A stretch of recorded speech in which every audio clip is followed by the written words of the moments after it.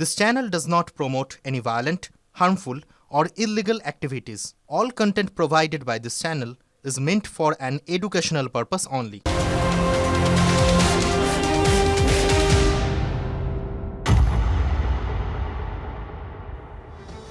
TV9 বাংলায় স্বাগত। Full and final নিয়ে আপনাদের সঙ্গে রয়েছে আমি শর্মিষ্ঠা, আমার সঙ্গে রয়েছে সম্প্রীতি ভোটার লিস্টে কারচুপির অভিযোগ যদি নজরে পড়ে তাহলে কড়া পদক্ষেপ নেবে নির্বাচন কমিশন, সেরকম বলে দেওয়া হয়েছিল, সেরকমই ব্যবস্থা নেওয়া হচ্ছে। অভিযুক্ত 4 আধিকারিকের বিরুদ্ধে এফআইআর করতে কমিশনের বেঁধে দেওয়া ডেডলাইন আজ শেষ হচ্ছে। রাজ্য গড়িমসি করলে তাহলে কি কড়া পদক্ষেপ করবে কমিশন এবং রাজ্যের তরফ থেকে কি ব্যবস্থা নেওয়া হচ্ছে সেই সমস্ত আপডেট আমরা এই মুহূর্তে দর্শকদের সামনে তুলে ধরবো। আমাদের সঙ্গে দুই সহকর্মী রয়েছেন শ্রাবন্তী এবং দীক্ষা। তবে শ্রাবন্তী, তোমার কাছে আমি প্রথমে জানতে চাইবো যে রাজ্য যদি আগের মতন আবার গড়িমসি করে, এই অভিযুক্তদের বিরুদ্ধে কোনো রকম ব্যবস্থা নিতে গড়িমসি করে, তাহলে নির্বাচন কমিশন কি করতে পারে? দেখো, যেরকমটা গতকাল 7 জন এইআরওর বিরুদ্ধে সরাসরি পদক্ষেপ করেছে নির্বাচন কমিশন, এবং শর্মিষ্ঠা তোমায় বলি যে এটা আগে কখনো এই রাজ্যে তো বটেই, গোটা দেশেই সেরকমভাবে তার নজির নেই। এখানে যখন চিঠি দেওয়া হয়েছিল এই এইআরওর বিরুদ্ধে পদক্ষেপের, তখন সুপ্রিম কোর্টের বিশেষ রায়ের কথা উল্লেখ করেছিল নির্বাচন কমিশন, যেখানে তাদের সুপ্রিম পাওয়ার দেওয়া হচ্ছে, সরাসরি এরকম ধরনের অ্যাকশন নিতে পারে নির্বাচন কমিশন। এই 7 জন এইআরওর এই স্টেপ নেবার পরে আজকের বিকেলে যদি জবাব না আসে সঠিক সময়ে, 5:30টা ডেডলাইন দেওয়া হয়েছে, তাহলে আরও করা হতে পারে কমিশন। এবং কমিশন কি করতে পারে সেটা গতকালের যে 7 জনের যে শাস্তি, সেটার মাধ্যমে কমিশন বুঝিয়ে দিয়েছে। খুব স্বাভাবিকভাবেই একটা প্রশ্ন যে কমিশন এত কড়া কেন? এতদিন পর্যন্ত কমিশনকে অনেকে ব্যাখ্যা করেছেন যে দাঁত নখহীন একটা সংস্থা, যারা শুধুমাত্র অর্ডার দিতে পারে, বারবার রাজ্যকে স্মরণ করিয়ে দিতে পারে। সত্যি কি আদতে কিছু করার ক্ষমতা থাকে? অ্যাসেম্বলি ইলেকশন আসছে, সামনেই বিধানসভা নির্বাচন আসছে, তার আগে কমিশন যে আদতে এরকম নয়, এই সংস্থার যথেষ্ট পরিমাণ ক্ষমতা রয়েছে সেটা বোঝাতেই গতকালের স্টেপ।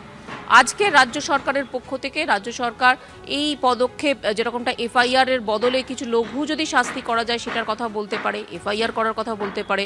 তবে আজই চিঠি আসবে এমনটা মনে করা হচ্ছে, এবং এই চিঠি সরাসরি নবান্ন থেকে সিইসির কাছে পাঠিয়ে দেওয়া হবে, অর্থাৎ জাতীয় নির্বাচন সদনে পাঠিয়ে দেওয়া হবে বিকেল 5:30টার মধ্যেই। একদম তুমি সঙ্গে শর্মিষ্ঠা, একদিকে শ্রাবন্তী যেরকম আমাদের জানাচ্ছিল যে সেক্ষেত্রে নির্বাচন কমিশন কতটা কড়া পদক্ষেপ নেবে তার ইঙ্গিত ইতিমধ্যেই পাওয়া গিয়েছে। দীক্ষা, ঠিক এই জায়গা থেকে প্রশ্ন, ডেডলাইন শেষ হচ্ছে আজকের বিকেলে, রাজ্যের তরফ থেকে এখনো পর্যন্ত কি ভাবনা চিন্তা করা হয়েছে, কি করতে চলেছে, কি পদক্ষেপ হতে চলেছে রাজ্যের তরফ?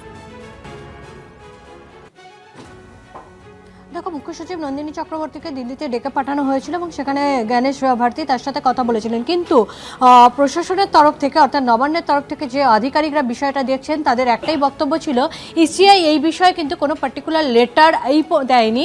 যে লেটারগুলো দেওয়া হয়েছিল আগস্ট মাসে, যে লেটারগুলো দেওয়া হয়েছিল 4 জনের বিরুদ্ধে, যার মধ্যে 2 জন এইআরও এবং 2 জন ইআরও ছিলেন এবং একজন ডাটা এন্ট্রি অপারেটর ছিলেন, যাদেরকে সাসপেন্ড এবং এফআইআর করতে হবে, তার উত্তর কিন্তু নবান্ন অনেক আগেই দিয়ে দিয়েছে।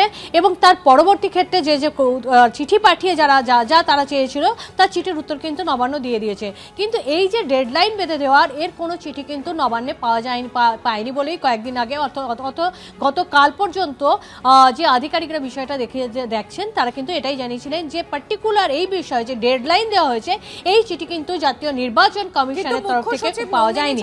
কিন্তু আগে দিল্লিতে তলব করা হয়েছিল দীক্ষা, সেদিনই তো তাকে সেটা স্পষ্ট করে দেওয়া হয়েছিল।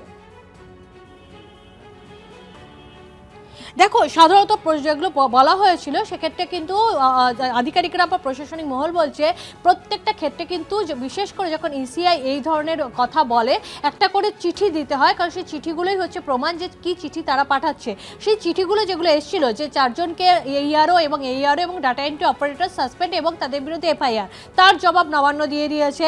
বিডিও যে বলা হয়েছিল বসিরহাটের বিডিও 2, তার যে বিরুদ্ধে বলা হয়েছিল সেটাও নবান্ন চিঠি দিয়ে দিয়েছিল। এই যে সাসপেনশন করা হয়েছে তা নিয়ে একটু আগেই মানস ভূঁইয়া প্রেস কনফারেন্স করেছেন এবং সেটাকে অগণতান্ত্রিক বলেছেন, এবং এফআইআর নিয়েও বলেছেন তারা দেখবেন। কিন্তু রাজ্য সরকারের যে আধিকারিকদের বিষয়ে নোডাল দেওয়া হয়েছে, যে অধিকার দেওয়া হয়েছে যে তারা এই বিষয়টি দেখবেন এবং মুখ্য সচিবের সাথে এদিকে নজর থাকবে। শ্রাবন্তী এবং দীক্ষা, তোমাদের দুজনকেই ধন্যবাদ। রাজ্য যখন নির্বাচন কমিশনের এই ডেডলাইনের লিখিত নির্দেশের এই পয়েন্টটাকেই সামনে আনছে, তখন রাজনৈতিক নেতৃত্বের তরফ থেকে কি প্রতিক্রিয়া পাওয়া যাচ্ছে আমরা দেখব। আমরা শুনবো তৃণমূল কংগ্রেসের তরফ থেকে কুণাল ঘোষ কি বলছেন এবং বিজেপি বিধায়ক পাল শঙ্কর ঘোষ তার প্রতিক্রিয়াও তুলে ধরবো আপনাদের সামনে। এটা তো বিজেপির দলদাস, তারা একটা আতঙ্ক তৈরি করতে চাইছে, তারা একটা হুমকির বাতাবরণ তৈরি করতে চাইছে। এত বড় রাজ্য, এত সংখ্যক ভোটারের উপর এত সংখ্যক ভোটকর্মী কাজ করেছেন, সেখানে হঠাৎ টার্গেট করে করে বিজেপি যাদের বলে দিচ্ছে তাদেরকে দিয়ে এই ধরনের একটা বাতাবরণ। আর বিজেপি নেতারা বক্তৃতা করছেন বিহারে এতজনকে জেলে ভরেছি, অমুককে এই করেছি, অর্থাৎ ওনাদের মর্জি মতো নাম বাদ দিতে হবে, মানুষকে হ্যারাস করতে হবে, মৃত্যুর মিছিল উপহার দিতে হবে বাংলাকে, না হলেই তারা এই ধরনের করছেন। নির্বাচন কমিশন যে নির্দেশ দিয়েছে সেই নির্দেশ রাজ্যের সরকার অমান্য করে এই ধরনের টেন্টেড বা যারা সার্ভিস রুল ব্রেক করে কাজ করেছেন, নির্দেশিকা ব্রেক করে কাজ করেছেন, তাদেরকে যদি যথাযথ যেটা আইনত যে শাস্তি তাদের প্রাপ্য সেটা না দেন, সেটা ডেমোক্রেসির পক্ষে, ফেডারেল স্ট্রাকচারের পক্ষে বিপজ্জনক। আমি চাই রাজ্যের সরকার এই নির্দেশিকা মানুক, না হলে নির্বাচন কমিশন এদের বিরুদ্ধে আরো কঠোরতম ব্যবস্থা। দেখুন, ভেরিফিকেশনের কাজ চলছে এবং তালিকা আর কয়েকদিনের মধ্যেই দেওয়া হবে, সেটা তো আপনাদের কাছেই পরিষ্কার। কিন্তু জানেন তো, এবার তো বাংলায় ভোট প্রস্তুতি নেওয়ার কাজ নির্বাচন কমিশনকে সেটাও করতে হবে। কিন্তু বাংলায় ভোট প্রস্তুতি সরেজমিনে এবার দেখতে বিশেষ পর্যবেক্ষক নিয়োগ কমিশন। আজ সন্ধ্যে রাজ্যে আসছেন স্পেশাল অবজারভার অবসরপ্রাপ্ত আইপিএস এন.কে. মিশ্র। এসআইআর এর চূড়ান্ত তালিকার পাশাপাশি কত দফায় ভোট, নির্বাচন সদনে প্রতি মুহূর্তের আপডেট দেবেন এই স্পেশাল অবজারভার। গত লোকসভা ভোটে মহারাষ্ট্রের স্পেশাল পুলিশ অবজারভার হিসেবে দায়িত্ব পালন করেছেন তিনি, আর সেই কারণে এই প্রাক্তন আইপিএস এর উপরই ভরসা রাখছে নির্বাচন কমিশন। এই রাজ্যে কত দফায় ভোট হওয়া উচিত এবং পরিস্থিতি ঠিক কোন জায়গায় রয়েছে সেই সমস্ত আপ টু ডেট তিনি দেবেন। সিকিমে ইন্টেলিজেন্স ব্যুরো স্পেশাল ডিরেক্টর এবং পরে ডিজিপির দায়িত্বও সামলেছেন তিনি।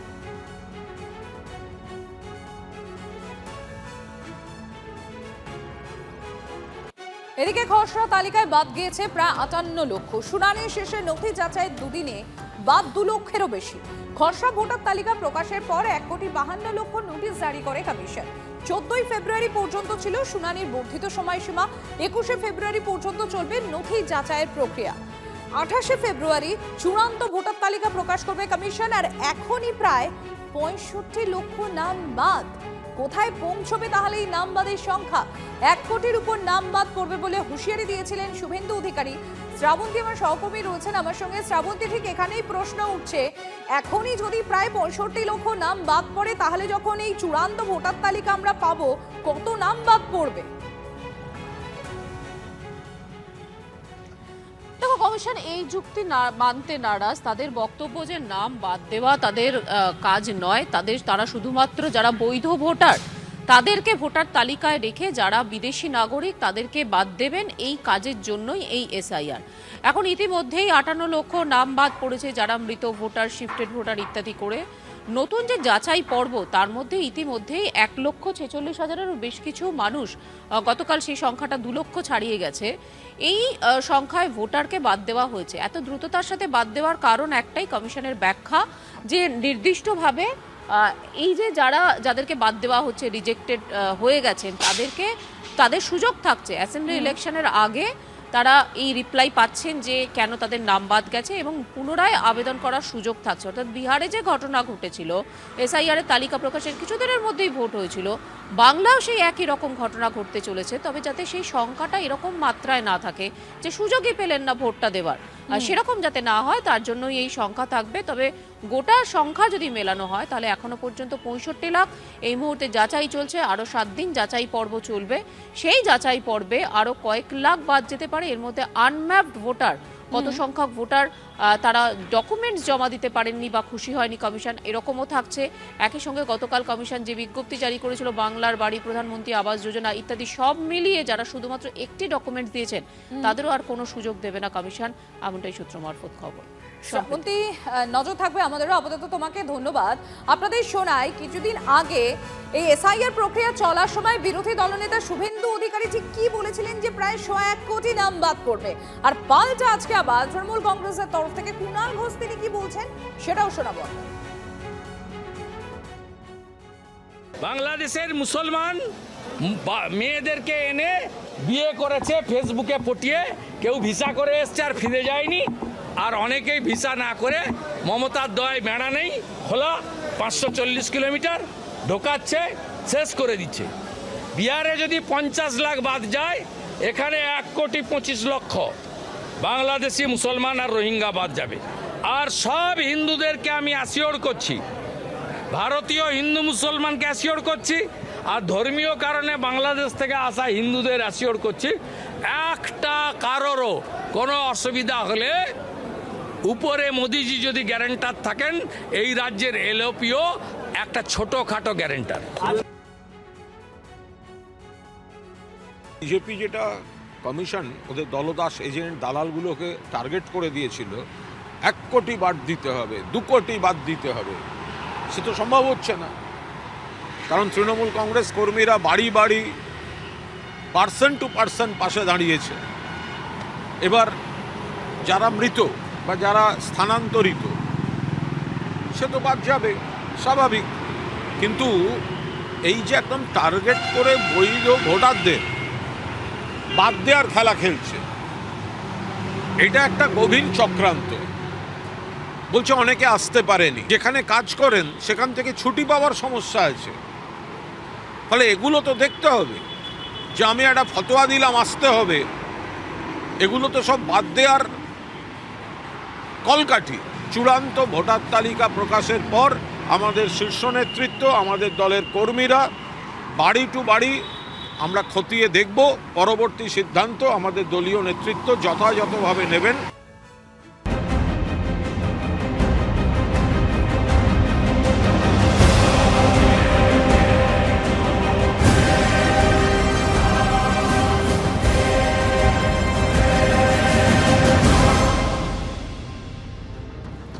এতক্ষণ আমরা দেখালাম যে বিধানসভা নির্বাচনকে মাথায় রেখে নির্বাচন কমিশন এই রাজ্যে ঠিক কি কি প্রস্তুতি নিচ্ছে, কিন্তু অন্যান্য রাজনৈতিক দল মানে বিজেপি, রাজ্যের শাসক দল সিপিএম, কংগ্রেস তারাও তো নিজেদের মতো করে প্রস্তুতি নিতে শুরু করেছে। কারণ বিজেপির এবার পরিবর্তন রথযাত্রা শুরু হতে চলেছে 5ই মার্চ। বাংলায় শুরু হচ্ছে বিজেপির পরিবর্তন রথযাত্রা। 10ই মার্চ পর্যন্ত রাজ্য চষে ফেলবে বিজেপির 9টি রথ, অর্থাৎ 5ই মার্চ থেকে 10ই মার্চ 5 দিনে গোটা রাজ্যে চষে ফেলবে বিজেপির 9টি রথ। আমার সঙ্গে রয়েছেন সহকর্মী প্রদীপ্ত। প্রদীপ্ত, কোন কোন দিকে বিশেষ করে নজর দেওয়া হচ্ছে, শুরুটা কোথায় হচ্ছে এবং এই রথযাত্রার নেতৃত্বে কারা থাকতে চলেছে? দেখো, 9টি বিভাগ থেকে বিজেপির যে সাংগঠনিক বিভাগ রয়েছে সেরকম 9টি বিভাগ থেকে এই 9টি রথ একসঙ্গে তারা আর যাত্রা শুরু করবেন, এবং সেই যাত্রায় স্থানীয় নেতৃত্ব যেমনভাবে থাকবেন, তার পাশাপাশি এই রাজ্যের যেখানে দায়িত্বে রয়েছেন কেন্দ্রীয় নেতৃত্বরা তারা এই সমস্ত রথযাত্রাগুলোতে থাকবেন, এবং সবকটি রথের ক্ষেত্রেই কিন্তু গুরুত্বপূর্ণ হতে চলেছে তাদের অভিমুখ। দুটি ক্ষেত্রে এখনো পর্যন্ত যা জানা যাচ্ছে তাদের ব্রিগেডের উদ্দেশ্যে রওনা দেবে, এবং তার পাশাপাশি যদি শিলিগুড়িতে সমাবেশ করা হয় তাহলে সেখানেও এই রথযাত্রা সেই অভিমুখে রওনা দেবে। এবং তার পাশাপাশি যে ভাবনা বিজেপির মধ্যে কাজ করছে তা হলো গত 2019, 21 এবং 2024 একটি বিধানসভা নির্বাচন এবং 2টি লোকসভা নির্বাচনে বিজেপি যেখানে যেখানে ভালো ফলাফল করেছে, তৃণমূলের সঙ্গে ভোট ব্যবধান যেখানে তাদের কম, তারা হেরে গেলেও এই সমস্ত এলাকাকে তারা চুলচেরা বিশ্লেষণ করে যেটা স্থির করেছে প্রায় 150 থেকে 160টির মতো কেন্দ্র রয়েছে এই ধরনের, সেই সমস্ত এলাকাকে এই রথগুলো ছুঁয়ে আসবে। অর্থাৎ বিজেপির যে শক্তিশালী এলাকা সেই এলাকাগুলোই কিন্তু মূলত এই রথযাত্রার এলাকাকে টার্গেট করা হচ্ছে। বেশ কিছু জায়গায় 160টি মতো কেন্দ্রকে টার্গেট করে নিয়েছে বিজেপি। এই 5 দিনে 9টি রথ বিভিন্ন জায়গায় বিভিন্ন অভিমুখে যেতে চলেছে বিজেপির পরিবর্তন রথযাত্রার নামে। রথযাত্রা বলতে বিজেপির জনসংযোগ যাত্রা বা পরিবর্তন যাত্রা, সেই পরিবর্তন যাত্রার প্রথাগত ঘোষণা উপযুক্ত সময়ে হবে, আপনারা অপেক্ষা করুন। তার আগে আমরা 9টি বিভাগ যে আমাদের আছে, 9টি বিভাগে 10টি বিভাগ আছে, 9টি বিভাগে 9টি আমাদের সভা হবে। সেখানে আমাদের কেন্দ্রীয় নেতৃত্ব আসবে, নীতিন গাডকারি থেকে শুরু করে অমিত শাহজি থেকে শুরু করে, তারা 9টি সভা করবে। ওটা ওনাদের বিদায় যাত্রা, ওনাদের আর রথযাত্রা নয়, ওটা ওনাদের বিদায় যাত্রা। তার কারণ হচ্ছে মানুষের সঙ্গে জনসংযোগটা সারা বছরে শীত গ্রীষ্ম বর্ষা মমতা বন্দ্যোপাধ্যায়ের নেতৃত্বে তৃণমূল কংগ্রেসের মামাটি মানুষ সরকার ভরসা। এরা বাংলার টাকা দেবে না, 100 দিনের টাকা দেবে না, আবাসের টাকা দেবে না, বাংলার মানুষ এদের টোটালি রিজেক্ট করবেন। এই গোষ্ঠীদ্বন্দ্বে দীর্ণ বিজেপি, সংগঠনহীন বঙ্গবিরোধী বিজেপি, যারা BLA 2 পর্যন্ত দিতে পারে না, তাদের আবার রথযাত্রা, গরুর গাড়ির হেডলাইট। ভোটমুখী বঙ্গ বিধানসভা ভোট এগিয়ে আসছে, আর এই বিধানসভা ভোটে তৃণমূলের প্রার্থী পদে আগ্রহীদের জন্য বিশেষ ব্যবস্থা। তৃণমূল কংগ্রেস ভবনে চালু হলো বায়োডাটা জমা দেওয়ার বক্স। দলের যে কেউ এই বক্সে নির্দিষ্ট বিধানসভার উল্লেখ করে প্রার্থী হওয়ার জন্য আবেদন করতে পারেন। সৌরভ রয়েছেন আমার সহকর্মী আমার সঙ্গে। সৌরভ, এটা তো রীতিমতো অভিনব বিষয় যে বায়োডাটা বক্স চালু হলো। একটা কথা বলি ধর্মিষ্ঠা, যে এটা কিন্তু রীতি মেনেই, অর্থাৎ প্রতি ভোটের আগেই কিন্তু পুরনো তৃণমূল ভবন তিল জলায়, সেখানে কিন্তু এই বায়োডাটা বক্স থাকতো, যেখানে বায়োডাটা দিয়ে যেতেন বহু মানুষ। এটা দলীয় গণতন্ত্রের প্রতি একটা সম্মানপূর্বক এবং সৌজন্যপূর্বক পদক্ষেপ। এই পদক্ষেপ এর আগেও নেওয়া হয়েছে তৃণমূল কংগ্রেসে। এবার 26-এর ভোটমুখী বঙ্গে শাসক দলের যে মূল কার্যালয় তৃণমূল ভবন, সেখানে এই বক্স চালু হলো অন্যান্য বারের মতোই, অর্থাৎ নির্বাচন এসে গেছে, সেই সাজো সাজো রথটাও কিন্তু এবার শাসক দলের। কিন্তু সৌরভ, একটা বিষয় সর্বক্ষণ দেখা গিয়েছে, প্রতিটা ইলেকশনের আগে যে যখনই প্রার্থীর নাম ঘোষণা হয়েছে তারপরে দলীয় কোন্দল প্রকাশ্যে এসছে, প্রকট হয়েছে। কোথাও এই ড্রপ বক্সের মাধ্যমে কি সেই বিতর্ক খানিকটা কমতে পারে বলে আশা করা হচ্ছে? দেখো, আগে যেভাবে প্রার্থী নির্বাচন হতো এবং 2021 সালের পর থেকে আইপ্যাকের সহযোগিতায় যেভাবে প্রার্থী নির্বাচন করা হয়, দুটোর মধ্যে পার্থক্য আছে। তবে তুমি যে কথাটা বললে, বিভিন্ন গোষ্ঠীদ্বন্দ্বের জন্য প্রত্যেকেই তার বায়োডাটাটা যাতে দলের কাছে দিতে পারে, অন্তত তাদের ক্ষোভ বিক্ষোভটা মিটতে পারে, দল সিদ্ধান্ত নেবেন, মমতা বন্দ্যোপাধ্যায় সিদ্ধান্ত নেবেন। অর্থাৎ এই জায়গা থেকে এটা একটা মেকানিজম হিসেবে নিশ্চয়ই উঠে আসতে পারে। তবে এই ড্রপ বক্সে বায়োডাটা ফেললেই যে সেখান থেকে প্রার্থী নির্ধারণ হবে, এ ব্যাপারে চূড়ান্ত কিছু সিদ্ধান্ত তৃণমূল কংগ্রেস নিয়েছে কিনা তা ব্যাপারে জানা নেই। কিন্তু নিঃসন্দেহে একটা ভোটমুখী একটা আবহাওয়া তৈরি হয়েছে এবং এই ড্রপ বক্স চালু হয়েছে তৃণমূল কংগ্রেসের মূল কার্যালয়ে, যেখানে বিভিন্ন জায়গা থেকে এসে যারা উৎসাহী আগ্রহী তারা এই বায়োডাটা দিয়ে যাচ্ছেন। চরম সিদ্ধান্ত, চূড়ান্ত সিদ্ধান্ত নেবেন মমতা বন্দ্যোপাধ্যায় অবশ্যই। ধন্যবাদ সৌরভ।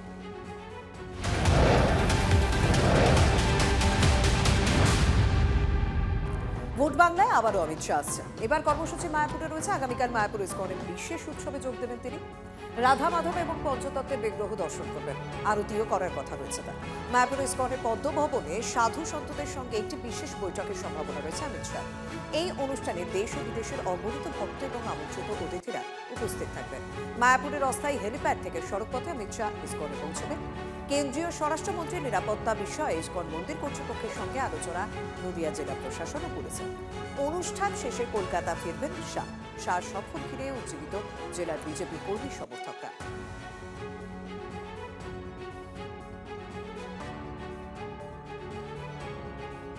মাননীয় গৃহমন্ত্রীজি আসবেন মায়াপুরে গৌড়ীয় মঠ সম্প্রদায় এবং অন্যান্য সম্প্রদায়ের সন্ন্যাসীদের সাধুগুরু বৈষ্ণব যারা আছেন তাদের সাথে বসবেন। মাননীয় অমিত শাহজির বহুদিনের ইচ্ছে ছিল আসার। মায়াপুরে বিশ্বের সর্ববৃহৎ মন্দির শুরু হতে চলেছে আর কিছুদিনের মধ্যেই, এবং প্রভুপাদের শিল প্রভুপাদের সাধনা অন্যতম সাধনা ছিল যে এই মন্দির তৈরি হবে মায়াপুরে ইসকনের হেডকোয়ার্টার। সেই উপলক্ষে মাননীয় গৃহমন্ত্রী আসবে। এর ফলে আমাদের বাংলার যে বৈষ্ণব আন্দোলন এবং অন্যান্য সনাতন ধর্মাবলম্বী মানুষ যারা আছেন তাদের আত্মবিশ্বাস এবং মনোবল আরো বাড়বে বলে আমার মনে হয়। কেন লজ্জা পাবো? এসব দিলীপ ঘোষদের বড় বড় কথার অমিত শাহ নতুন আসছেন, মঙ্গল গ্রহ থেকে আসছেন, ভোট এলেই আসেন, ভোটের পর দেখা যায় না। হিসেব করে দেখুন না, অমিত শাহ 21-এর ভোটে কবার এসছেন, পঞ্চায়েতের আগে কি কি বলেছেন, 24-এর আগে কি কি হয়েছে, রেজাল্ট কি হয়েছে। নরেন্দ্র মোদী অমিত শাহ আসবেন, যাবেন, হারবেন, তারপর আর দেখা যাবে না, বাংলা টাকা আটকাবেন, এটা তো ওনাদের ট্র্যাক রেকর্ডে দাঁড়িয়ে গেছে। আমরা সমাজে সকলকে নিয়ে চলি, ধর্ম যার যার, সমাজটা সবার। বঙ্গ সফরের আগেই অমিত শাহের দরবারে শুভেন্দু অধিকারী, কেন্দ্রীয় স্বরাষ্ট্রমন্ত্রী বাসভবনে বিরোধী দলনেতার 8 ঘণ্টার বৈঠক। বিধানসভা নির্বাচনের রণকৌশল সহ বিভিন্ন বিষয় নিয়ে দুজনের মধ্যে কথা হয়েছে বলে সূত্রের খবর। পাশাপাশি আসন্ন রাজ্যসভা নির্বাচনে বাংলা থেকে বিজেপির নিশ্চিত আসনে কাকে সংসদের উচ্চকক্ষে পাঠানো যায় সেই বিষয়টিও আলোচনায় উঠে এসেছে বলে বিজেপি সূত্রে জানা গিয়েছে। রাজ্যসভা প্রার্থীর বিষয়টি নিয়ে ইতিমধ্যেই দলের রাজ্য সভাপতি সমীর ভট্টাচার্যের সঙ্গে কথা হয়েছে বিজেপির শীর্ষ নেতৃত্বে।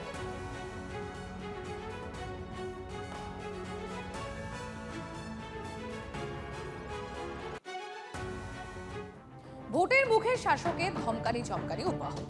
এবার ঝাঁটা মেরে বিজেপিকে তাড়ানোর নিদান বসিরহাট দক্ষিণের বিধায়ক সপ্তর্ষি ব্যানার্জি। ভোটে জেতার পর বিজেপি বাংলাকে শ্মশানে পরিণত করবে। রাজ্যের মানুষ বাংলাকে শ্মশান হতে দেবে না, তাই বিজেপিকে ঝাঁটা মেরে তাড়াতে হবে। প্রকাশ্য মঞ্চ থেকে বেলাগাম তৃণমূল কংগ্রেসের বিধায়ক। পাল্টা শাসক বিধায়ককে এক হাত বিজেপি। তৃণমূল বিধায়ককে জেলে পোড়া উচিত, আক্রমণে রাজ্য বিজেপির সংখ্যালঘু সেলের সহ সভাপতি কাসর মান। কখনো এসআইআর এর ফর্ম ফিল আপের জন্য, কখনো তাদের ইনিউমারেশন ফর্মের আবার আপলোডের জন্য, কখন বা লজিক্যাল ডিসক্রিপেন্সির নাম করে সারাদিন ধরে বাচ্চা কোলে নিয়ে বয়স্ক বৃদ্ধ হসপিটালের মানুষ রাস্তায় দাঁড়িয়েছে, বিডিও অফিসে দাঁড়িয়েছে। যখন বিজেপি মানুষের কাছে সেই গ্রামে ভোট চাইতে আসবে, মায়েদের তার বুঝে নেওয়ার সময় এসছে, তারই নিদান দেওয়া হয়েছে। তিনি যেভাবে প্রকাশ্য বিরোধী দলকে হুমকি দিচ্ছেন, ঝাঁটা মারার নিদান দিচ্ছেন, আমি মনে করি এক্ষুনি আইন প্রশাসক এবং পুলিশ এই বিধায়ককে কোমরে দড়ি বেঁধে লকআপে নিয়ে যাওয়া উচিত। কিন্তু এই পুলিশ দলদাসের পুলিশ, এই পুলিশ মমতা বন্দ্যোপাধ্যায়ের পুলিশ, তারা কোনো কিছু করবে না। স্বাভাবিকভাবে আগামী দিন বসিরহাটের মানুষ এদের গণতান্ত্রিক পদ্ধতিতে ঝাঁটা মেরে বিদায় জানাবে, শুধুমাত্র সময়ের অপেক্ষা। এদিকে লাভপুরে বিজেপি কর্মীদের ঝাঁটা মেরে তাড়ানোর নিদান তৃণমূল নেতা। সভা থেকে দলের কর্মীদের নিদান লাভপুরের তৃণমূলের অঞ্চল সভাপতি শাহিন কাজী। বিজেপির অপপ্রচার রুখতেই নিদান দিয়েছে, পরে আবার সাফাই এই তৃণমূল নেতার। কোথায় তৃণমূল কংগ্রেসের কালচার, কটাক্ষ বিরোধীদের। উন্নয়নে থাকছে তৃণমূল, উন্নয়নের প্রধানের কাছে উপকার নিচ্ছে, এখানে টোটাল বিজেপিকে এখান থেকে জিতাচ্ছে। তার জন্য আমি বললাম এখানে যে উন্নয়ন আজকে 1.5 কিলোমিটার না 2 কিলোমিটার রাস্তা হচ্ছে এদের, তার জন্য বলছি গ্রামওয়ালাকে দেখে নিতে বললাম রাস্তা সব ঠিকঠাক হচ্ছে কিনা। তার জন্য কেউ যদি ভোট নিতে আসে, বিজেপির নেতারা যদি বলতে আসে যে আমাদের গ্রামে কোনো কাজপত্র কিছু হয়নি, তার জন্য মহিলারা ছিল, তাদেরকে বললাম ঝাঁটাইতে করে তাদেরকে খেদানো হয় যেন। লাভপুর লাঙ্গলহাটা রাস্তায় একবার মানুষ গেলেই উন্নয়ন কেমন সেটা বুঝতে পারবেন। আর মানুষকে জোর করে পিটিয়ে মেরে ভোট পাওয়া যাবে না, আগামী দিনে সেটা বুঝতে পারবেন। এখন হয়তো ভাবছেন যে 21-এর মতো করবো, কিন্তু 21-এর মতো আর 26-এ হবে না, এটা দায়িত্ব নিয়ে আমি বলবো। একের পর এক হুমকি হুঁশিয়ারি, ভোটমুখী বঙ্গের নেতাদের শাসানিয়া থামছে না। বিজেপি জেলা সভাপতি রাস্তা আটকে তুমুল হম্বিতম্বি তৃণমূল কংগ্রেস নেতা। আঙুল তুলে শাসানি থেকে গলা ধরে ধমক, বাদ যাচ্ছে না কিছুই। বর্ধমান শহরের ছোট নীলপুরে ভাইরাল তৃণমূল নেতা শ্যামল রায়ের ভিডিও দেখুন।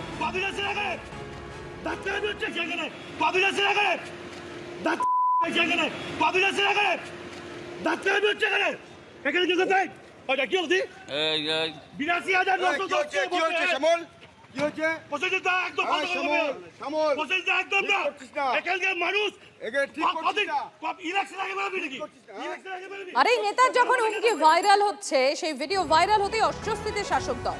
ভিডিওতে আপনারা দেখলেন তো, যেখানে দেখা যাচ্ছে বিজেপির জেলা সভাপতি অভিজিৎ বাবুকে রীতিমতো শাসাচ্ছে একসময় বিজেপি থেকে তৃণমূলে আসা ওই নেতা। গোটা ঘটনায় জেলা পুলিশ সুপারের কাছে অভিযোগ দায়ের বিজেপির মণ্ডল সভাপতি। আর বিজেপি প্ররোচনা দিচ্ছিল, তাই প্রশ্ন করেছি, পাল্টা বা সাফাই দিচ্ছে কে? ওই হুমকি দেয়া তৃণমূল কংগ্রেস নেতা। তবে প্রকৃত কি ঘটনা ঘটেছে খোঁজ নিয়ে দেখতে হবে। প্রতিক্রিয়া পাওয়া গিয়েছে জেলা তৃণমূল নেতৃত্বের তরফে। বর্তমানে তিনি তৃণমূলের সহসভাপতি যাই হোক আছে, তিনি আমাদের জেলা সভাপতির গাড়ি আটকায় তার দলবল মিলে এবং তাকে প্রাণে মেরে ফেলেবার হুমকি দেয়। বিজেপির যারা কার্যকর্তা আমাদের সম্মানীয় জেলা সভাপতির সঙ্গে ছিল, তাদেরকে ধাক্কাধাক্কি করে, তাদেরকে মারধর করে। এসপি সাহেবকে এবং আইসি সাহেবকে দরখাস্ত দিলাম এবং যাতে শ্যামলের নামে এফআইআর হয়। আগে বিজেপি করতো ঠিক কথা, কিন্তু সেই সময় 21-এর দায়িত্ব নিয়ে বিজেপিকে গোটা বর্ধমান জেলায় তৃণমূলের কাছ থেকে টাকা পয়সা নিয়ে হারিয়েছে। আমাকেও অনেকবার 2021 সালে আমি বিজেপির জন্মলগ্ন থেকে বিজেপি করি, আমাকে পর্যন্ত প্রচুর মারধর করেছিল এই শ্যামল রায়ের নেতৃত্বে।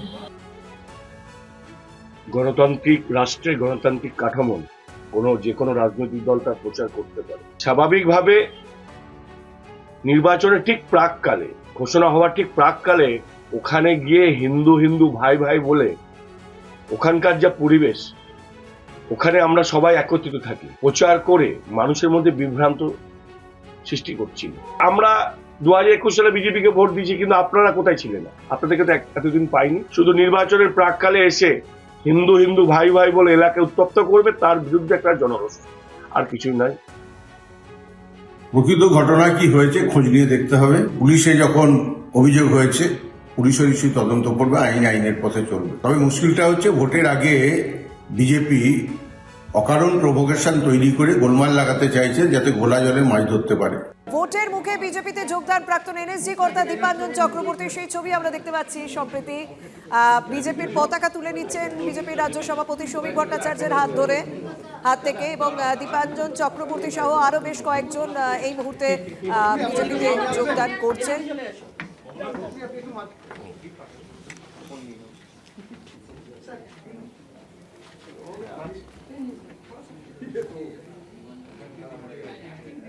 প্রাক্তন এনএসজি কর্তা দীপাঞ্জন চক্রবর্তী তিনি এই মুহূর্তে যোগ দিলেন বিজেপিতে ভোটের মুখে। এবারে শ্রমিক দা একটু ধন্যবাদ দিন। হ্যাঁ হয়ে গেছে, আজকে এইটুকুনি ছিল আজকে আমাদের বলার।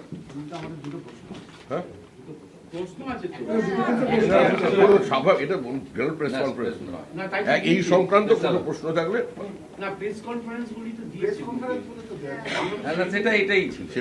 যোগদান।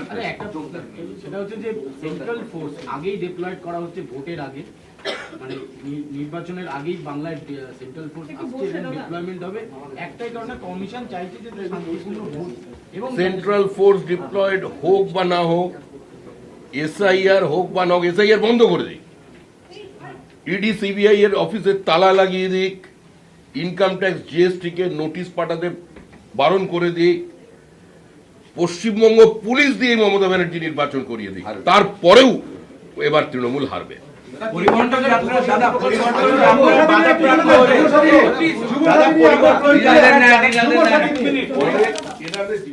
দীপাঞ্জন বাবুকে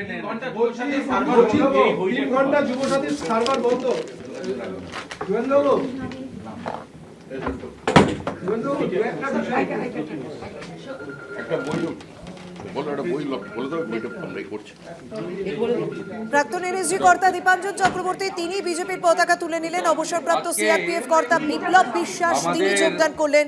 অন্যদিকে ক্ষিতি গোস্বামীর মেয়ে কস্তুরী গোস্বামী তিনি বিজেপিতে যোগদান করলেন।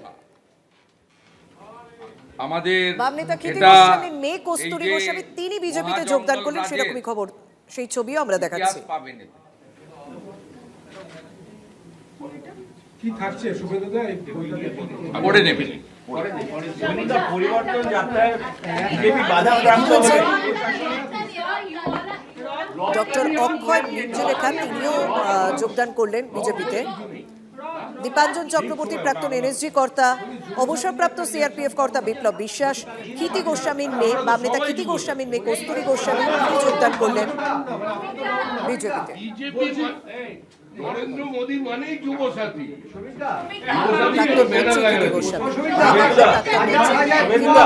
পরিবর্তন যাত্রায় আমি জেলাতে যাব, জেলাতে হাজার হাজার শিক্ষিত যুবক যারা যুবসাথীতে লাইন দিয়ে গেছে, পাস বিটেক পাস, এই ধরনের যুবকরা চাকরি না পেয়ে আজকে যুবসাথীতে লাইন দিয়েছে। বাংলা লজ্জা মমতা, ওইটা তো ভয় পেয়ে দেখে এত লজ্জা পেয়েছে, ওই জন্য অনলাইন করেছে। 3 ঘন্টা সার্ভার বন্ধ, আজকে সব লাইনে দাঁড়িয়ে হেনস্থা হচ্ছে সাধারণ মানুষ 3 ঘন্টা লাইন করছে। এর জবাব হোটেল লাইনে দেবে, পরিবর্তন যাত্রার প্রতিরা হোটেল লাইনে দেবে। 8 পাস করা লোকও বেকার, 40-এর পরও লোকের বেকার। 40 যাদের পেরিয়ে গেছে, যারা বিবাহ করতে পারেননি, তার জন্য দায়ীও মমতা ব্যানার্জি। আর আজীবন বেকার থাকার যে অভিশাপ বয়ে নিয়ে বেরোতে হচ্ছে সংসারে, সমাজে, তার জন্য দায়ীও মমতা ব্যানার্জি।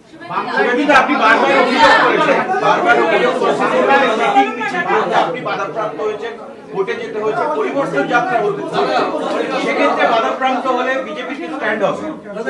ভালো হয়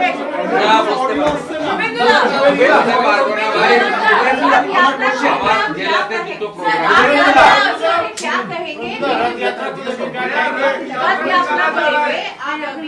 ये रथ यात्रा नहीं परिवर्तन यात्रा है। परिवर्तन यात्रा है, इसमें सार्वजनिक रूप से होगा। जहां जहां चुनाव होता है, परिवर्तन यात्रा या चुनाव जीतने की संकल्प यात्रा होता है। ये जिस तरीके से सब राज्यों में होता है, यहाँ भी होता है।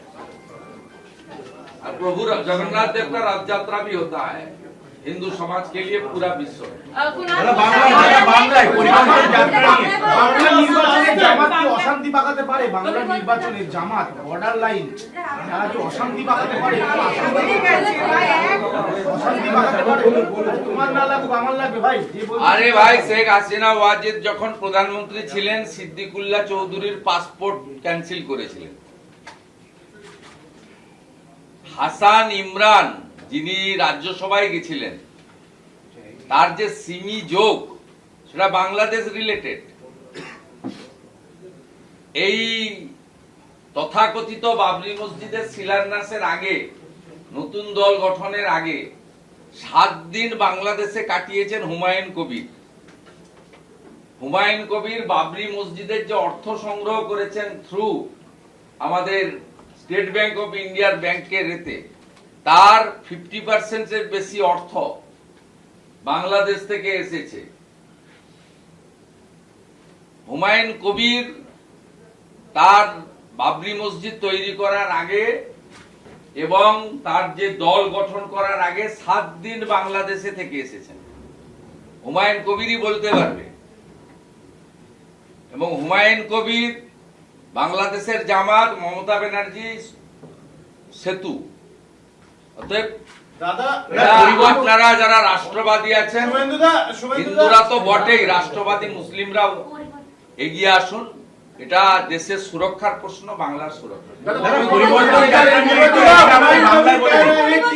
एसडीपीआई के साथ अलायंस करेंगे, पर हम जानते हैं कि एसडीपीआई पीएफआई का ही एक संस्था है जो पीएफआई को बैन किया हुआ है एनआईए, पर उस एसडीपीआई के साथ वो अलायंस करके चुनाव में लड़ेंगे। क्या कहेंगे आप इसमें?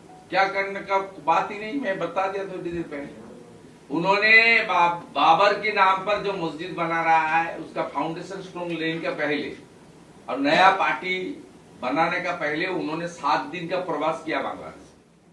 আমরা ছবি দেখাচ্ছিলাম আপনাদের, প্রাক্তন এনএসজি কর্তা দীপাঞ্জন চক্রবর্তী এবং ক্ষিতি গোস্বামীর মেয়ে কস্তুরী গোস্বামী, তিনি বিজেপিতে যোগদান করলেন। এই মুহূর্তে তৃণমূল কংগ্রেস নেতা তন্ময় ঘোষ এই মুহূর্তে সঙ্গে রয়েছেন। তন্ময়দা, বাম আমলে প্রাক্তন মন্ত্রী ক্ষিতি গোস্বামীর এক মেয়ে আপনাদের দলে, তিনি আবার কাউন্সিলর পদেও রয়েছেন, বসুন্ধরা গোস্বামী। আর এক মেয়ে কস্তুরী গোস্বামী, তিনি আজ বিজেপিতে যোগদান করলেন। এটা নিয়ে তো অবশ্যই প্রতিক্রিয়া নেব। তার পাশাপাশি প্রাক্তন এনএসজি কর্তা সহ আরও একজন অবসরপ্রাপ্ত সিআরপিএফ কর্তাও তিনিও যোগদান করলেন। কিভাবে দেখবেন পুরো বিষয়টিকে? নতুন ভাবে দেখার কিছু নেই। বসুন্ধরা গোস্বামী দীর্ঘদিন ধরে আমাদের দলে আছেন, তিনি কাজ করছেন। এটা গণতন্ত্রে কে কোথায় যোগদান করবেন সেটা তাদের বিষয়। তারা মনে করেছেন যে সাম্প্রদায়িক শক্তির সঙ্গে থাকবেন কস্তুরী, তাই বিজেপিতে জয়েন করেছেন। এই দীপাঞ্জন বাবুর সঙ্গে ঘটনাক্রমে আমি অনেকগুলো ডিবেটে ছিলাম বিভিন্ন টিভি চ্যানেলে, তখনই ওনার বক্তব্য থেকে পরিষ্কার হতো যে উনি কোন ভাবনা চিন্তায় বিশ্বাস করেন। এটা তো একটা ভাবনা চিন্তার বিষয় যে এটা ভালো হলো যে সরাসরি উনি বিজেপি হিসাবে কাজ না করে সরাসরি বিজেপিতে জয়েন করলেন। এবার বিজেপির মুখপাত্র হিসাবে এলে আমরা সেই মতো ওনার সঙ্গে তর্ক বিতর্কে লড়াই করবো। আর বাংলার মানুষের খুব কিছু এসে যায় বলে এতে মনে হয় না। বাকি তাদের স্বাধীনতা, তারা কোথায় জয়েন করবেন আমরা এতে গুরুত্ব দিচ্ছি না। ধন্যবাদ। প্রাক্তন এনএসজি কর্তা দীপাঞ্জন চক্রবর্তী এবং কীর্তি গোস্বামী বাম আমলে পূর্তমন্ত্রী ছিলেন কীর্তি গোস্বামী, তার এক মেয়ে বসুন্ধরা গোস্বামী, তিনি 2021 সালে তৃণমূল কংগ্রেসে যোগদান করেন। আর আজ আমরা দেখতে পাচ্ছি 2026 নির্বাচনের ঠিক আগে আগে বিজেপিতে যোগদান করছেন কীর্তি গোস্বামীর অপর মেয়ে কস্তুরী গোস্বামী। স্বাভাবিকভাবে তা নিয়ে চর্চা তো শুরু হয়েছে রাজনৈতিক মহলে, এবং তাদের পাশাপাশি আরও বেশ কয়েকজন এই মুহূর্তে বিজেপিতে যোগদান করলেন এবং বিজেপির রাজ্য সভাপতি শ্রমিক ভট্টাচার্যের হাত থেকে তারা পতাকা তুলে নিলেন। অবসরপ্রাপ্ত সিআরপিএফ কর্তা বিপ্লব বিশ্বাস তিনি যোগদান করলেন।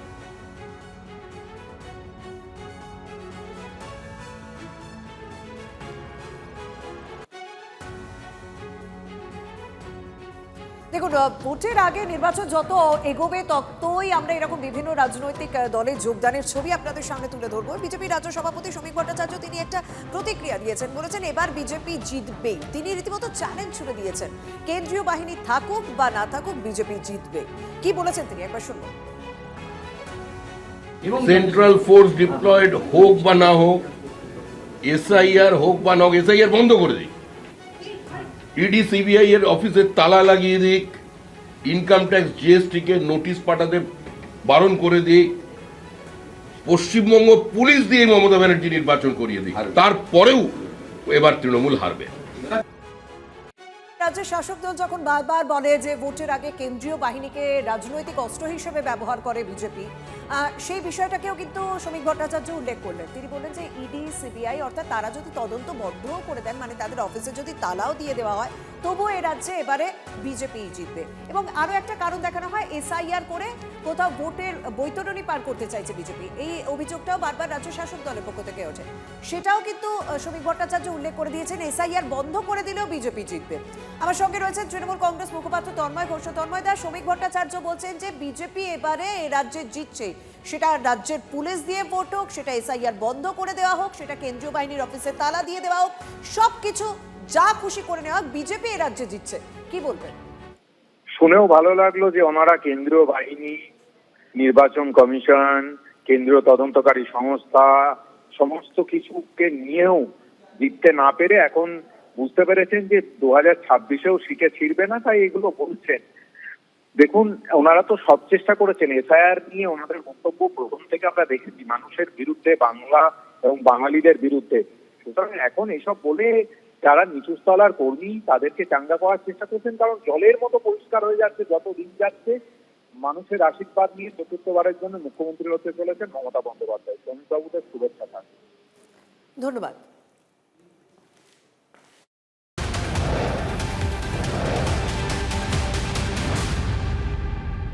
এবার পরে খবরের দিকে আমরা নজর রাখবো। পূর্ব মেদিনীপুর পুলিশের বিরুদ্ধে তোলাবাজির অভিযোগ। ময়নার বিজেপি বিধায়ক অশোক দিন্দাকে তলব পুলিশের। মাছের গাড়ি থেকে টাকা তুলছে পুলিশ, অভিযোগ করেন দিন্দা। আর এরপরই তলব করা হয়েছে ময়নার বিজেপি এই বিধায়ককে। আগে দুবার নোটিশ দিলেও হাজিরা এড়িয়েছেন অশোক দিন্দা, ফের ময়নার বিধায়ককে তলব করলো পুলিশ। ময়নার সম্মানীয় বিধায়ক শ্রী অশোক দিন্দা মহাশয়ের একটা ভিডিও ক্লিপ আমাদের নজরে আসে, তো সেটার ভিত্তিতে আমরা এটা ব্যবস্থা নিয়েছি। এবং আমরা অবশ্যই এটা বলবো যে এই ধরনের যদি কোনো এটা সবারই আমাদের একে অপরের প্রতি থাকা উচিত, যে একটা চেয়ারকে বেসলেসলি এইভাবে বিলো দ্য বেল্ট অ্যাটাক করাটা বোধহয় খুব বাজে প্রবণতা। এটা কোনো রেসপন্সিবল জায়গা থেকে কাম্য না, এটুকু আমরা বলতে পারি। তো যেটা আমাদের আইনত ব্যবস্থা আছে সেটা আমরা এরকম থাকলে আমরা নেব। আর এর আগে ঠিক কি অভিযোগ করেছিলেন অশোক দিন্দা শোনাই আপনাকে। এখানে মৎস্যজীবীদের থেকে প্রত্যেক দিন যে হারে টাকা তুলেন সব রেকর্ড ভিডিও আছে। সন্ধে হলেই এখানে একটু এগিয়ে গিয়ে দুটো স্কুটি নিয়ে 3টে পুলিশ দাঁড়িয়ে থাকে, 3টে পুলিশ, ঠিক আছে? পার গাড়ি থেকে 100-200 করে টাকা তুলতে থাকে। আমি মৎস্যজীবী সবাইকে বলছি, দেবেন না। কোথায় কি করে আমি দেখবো। আপনার মাছের গাড়িটা একবার আটকিয়ে দেখুক তো কোথায়, একবার মাছের গাড়িটা আটকিয়ে দেখুক, আমি বুঝে নেব। এসপির কাছে 15-20% থাকছে, বাকিটা তারপরে যাচ্ছে ওই হরিশ মুখার্জি। কালীঘাটের টালির চালা না। আর এই পুলিশের কাছ থেকে নোটিশ পাওয়ার পর কি বলছেন অশোক দিন্দা শোনাই আপনাদের। পাল্টা তন্ময় ঘোষ তৃণমূল কংগ্রেসের তরফ থেকে কি প্রতিক্রিয়া পাওয়া গিয়েছে তাও শোনা। লাস্ট 5 বছর এবং লাস্ট 20 বছর ধরে ময়নার মানুষ দেখছে, পুরো পশ্চিমবাংলার মানুষ জানে, পুরো তমলুক মেদিনীপুর জেলার লোক জানে, পুলিশ রাস্তায় দাঁড়িয়ে দাঁড়িয়ে তোলা তুলে, সেটা বলতে গেলে আপনি নোটিশ খাবেন। এখানে কিছু বলা যাবে না। আমি ময়নার এমএলএ হয়ে আমি প্রোটেস্ট করতে পারবো না, এটা পুলিশের বক্তব্য। আচ্ছা, এই কারণে আমাকে নোটিশ করা হয়েছে এবং আমি বলেছি, আমাকে 16 তারিখে ডেট করেছিল, আমি বলেছি আমি অ্যাভেলেবল নয়, আমি আমার দিতে যাব, আমি সম্ভাব্য ডেট আমি আমার বলে দিচ্ছি 3 ঘন্টা ডেট আমাকে চাইলো, আপনি আপনার 3 ঘন্টা ডেট দিন, 3 ঘন্টা ডেট দিন, 25, 26, 27 ওই ডেটে আমাকে যে কোনো দিন থাকবে আমি সেই ডেটে যাবো। উনি গুরুত্বপূর্ণ একটা কথা বললেন, শুনলাম যে 20 বছর ধরে হচ্ছে, আমাদের শাসক তো 15 বছর ধরে আছে, তার আগে 5 বছর মানে বামফ্রন্ট জমানা থেকেই টাকা তোলা হচ্ছে, এবং এই 15 বছরের মধ্যে 10 বছর তো ওনার বর্তমান নেতা শুভেন্দুবাবু ওই জেলার সর্বাধিনায়ক ছিলেন, তাহলে তিনিও সেগুলো জানতেন, তাহলে তার সঙ্গেই আগে কথা বলে নেওয়া উচিত ছিল। এক, দ্বিতীয় কথা হচ্ছে প্রশাসনের বিরুদ্ধে সরাসরি যদি মঞ্চ থেকে কথা বলেন তাহলে প্রশাসন তো জানতে চাইবে তার কাছে কি তথ্য প্রমাণ আছে, সেই তথ্য প্রমাণ নিয়ে পুলিশকে জানাতে হবে, কারণ পুলিশের বিরুদ্ধে উনি সভা থেকে যদি টাকা তোলার অভিযোগ করেন তাহলে পুলিশের নিশ্চয়ই এইটুকু অধিকার আছে যে তার থেকে জানতে চাওয়ার যে কথাটা উনি বলছেন সেই কথাগুলোর ভিত্তি কি।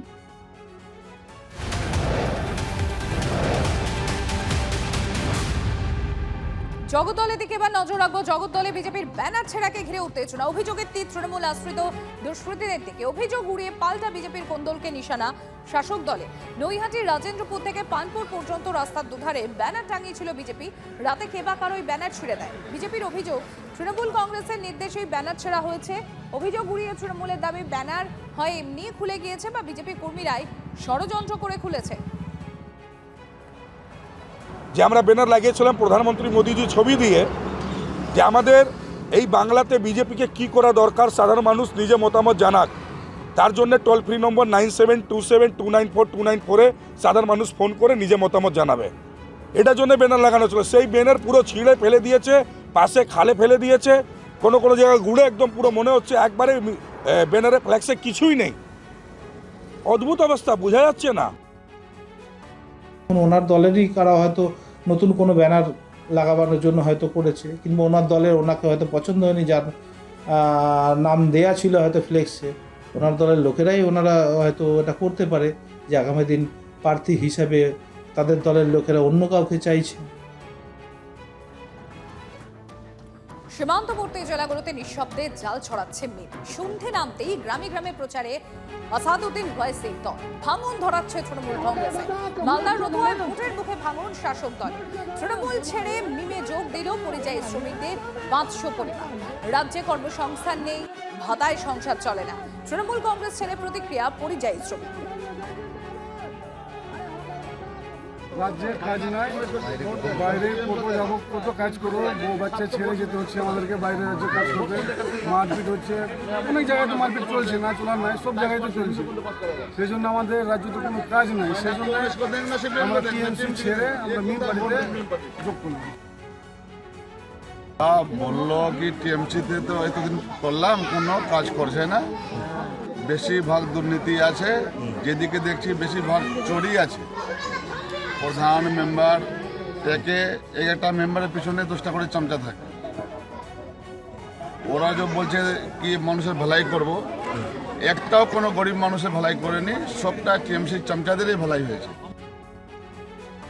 যখনই বিজেপির দরকার পড়ছে তখন সেসব রাজ্যে গিয়ে মিম এই কাজগুলো করছে।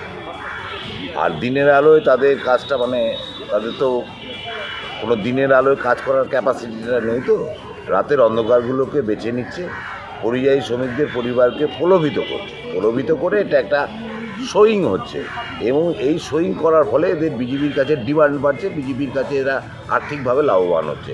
এটাই মিমের কাজ। মিম বলে পশ্চিমবাংলায় কিছু থাকবে না, আগামী নির্বাচনে আপনারা দেখে নেবেন।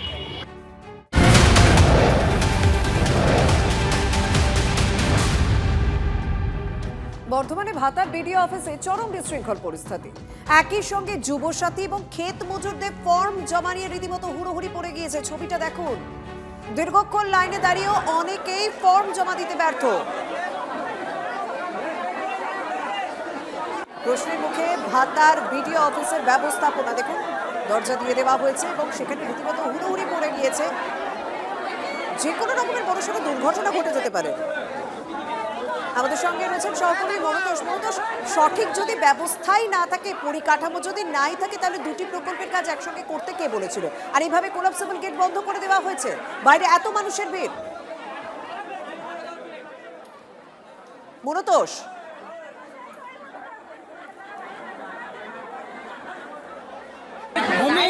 জমা দিতে এসছি আমরা। ঘন্টা দুয়েক বাইরে দাঁড়িয়ে থাকার পরে এখানে এসে বুঝলাম তখন দেখছি এখানে কোনো আইন মানে লাইন নেই, কোনো পুলিশ নেই, কোনো কারো উপরে নাই, যে এখানে ভোটগুলোর মধ্যে খুব কষ্ট করে জমা শৃঙ্খলা হচ্ছে বলতে প্রচুর পরিমাণে লোক এসছে এবং একটু সংখ্যায় কম আছেন আমাদের আধিকারিকরা যারা জমা নিচ্ছে, সেই জন্য একটু বিশৃঙ্খলা হচ্ছে। মানুষ জমা করছেন, জমা হয়ে যাচ্ছে। মহিলারা তো যেতে পারছে না গেটের কাছে। নিশ্চিতভাবে যেতে পারবেন, কিছুক্ষণের মধ্যেই হয়তো ভিড় ফাঁকা হয়ে যাবে, তারপর নিশ্চিতভাবে সবাই জমা দিতে পারবে। মূলত সঠিক পরিকাঠামো যদি না থাকে, ব্যবস্থাপনা যদি না থাকে, তাহলে দুটি প্রকল্পের কাজ একসঙ্গে করতে গিয়েছিল কেন এই ভিডিও? একদম এটা দেখো, এমনটাই কিন্তু প্রশ্ন তুলছেন যারা ওখানে ফর্ম জমা দিতে এসেছিলেন। কারণ সকাল থেকে আমরা যেটা দেখেছি যে যুবসাথী ফর্ম, ভূমিহীন কৃষকদের আবেদনপত্র সবটাই কিন্তু এক জায়গায় জমা নেওয়া হচ্ছিল এবং এই ফর্ম জমা দেওয়ার জন্য কিন্তু প্রচুর সংখ্যক মানুষজন তারা এসেছিলেন। এবং যে ছবিতে দেখা যাচ্ছে যে বেশ কিছু মানুষজন তারা ধাক্কা ধাক্কিতে সিঁড়ির উপর থেকে নিচে পর্যন্ত পড়ে গেছেন, এমন ছবিও সামনে এসছে। এবং এখানে কিন্তু প্রশ্ন উঠছে এবং যে ওই বিডিও অফিস চত্বরে যেখানে এত মানুষজন এসেছেন, লাইন দিতে এসেছেন, সেই লাইন কন্ট্রোল করার মতো কোনো কর্মী সেখানে ছিল না কেন? এই প্রশ্নে কিন্তু যারা ওখানে এসেছিলেন তারা প্রশ্ন তুলছেন। মহিলাদের জন্য আলাদা লাইনের ব্যবস্থা ছিল না। এই ধরা পড়ছে এই ভাতারে। একদমই তাই, চরম অব্যবস্থা এবং মহিলাদের জন্য, বিশেষ করে মহিলারা যারা ওখানে ফর্ম জমা দিতে এসেছিলেন তারা প্রশ্ন তুলছেন যে তাদের জন্য স্বাভাবিকভাবে সবাইকেই প্রশ্ন তুলতে হচ্ছে। ধন্যবাদ।